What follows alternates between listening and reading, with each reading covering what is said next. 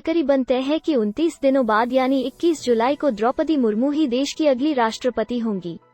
बीते कल यानी मंगलवार को भाजपा और उनके साथ की पार्टियों ने द्रौपदी का नाम तय कर दिया।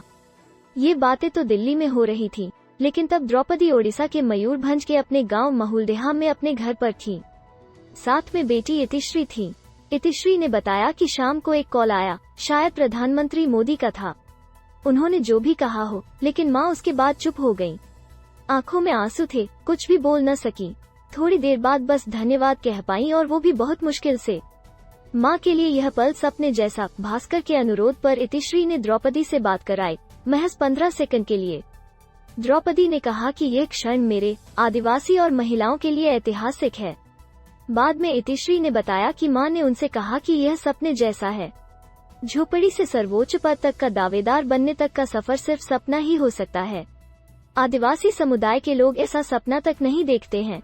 छोटी सी नौकरी करके परिवार पालना चाहती थी। एक इंटरव्यू में द्रौपदी मुर्मू ने बताया था कि वे आदिवासी संथाल समाज से आती हैं।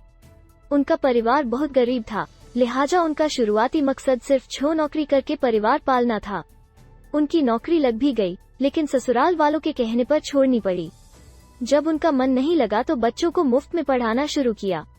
यहीं से उनकी समाज सेवा की शुरुआत हुई। यह भी पढ़ें, एनडीए से राष्ट्रपति की रेस में थी 3 महिलाएं। द्रौपदी मुर्मू के नाम पर मुहर। जानिए आदिवासी महिला नेता को कैंडिडेट बनाकर बीजेपी को क्या मिलेगा। पति और दोनों बेटों की मौत के बाद डिप्रेशन में चली गई थी। 1997 में उन्होंने पहली बार राजपुर नगर पंचायत के काउंसिलर का चुनाव लड़ा और जीत गई। 2000 में उन्हें विधायक का टिकट मिला और वे यह चुनाव भी जीत गई। इसके बाद वे मंत्री बनी। 2009 में चुनाव हारने के बाद वे गांव आ गईं। मगर इसी बीच बेटे की दुर्घटना में मौत हो गई, जिसके बाद वे डिप्रेशन में चली गईं।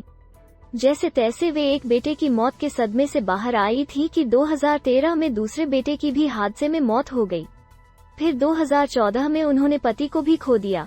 इसके बाद वे पूरी तरह टूट गई थी, पर हिम्मत जुटाकर उन्होंने खुद को समाज सेवा में झोंक दिया। जेड सिक्योरिटी मिली। राष्ट्रपति उम्मीदवार चुने जाने के बाद द्रौपदी मुर्मू को केंद्र की तरफ से जेड सिक्योरिटी कवर दिया गया है। वे आज यानी बुधवार से ही हर समय केंद्रीय रिजर्व पुलिस बल सीआरपीएफ के सुरक्षा घेरे में रहेंगी। सुबह से ही सशस्त्र सैनिकों के एक दल ने उनकी पहरेदारी शुरू कर दी है। सिक्योरिटी कवर मिलने के बाद मुर्मू अपनी विधानसभा राजपुर में जगन्नाथ मंदिर और शिव मंदिर में दर्शन के लिए गईं। उन्होंने शिव मंदिर में झाड़ू लगाई और पूजा अर्चना की।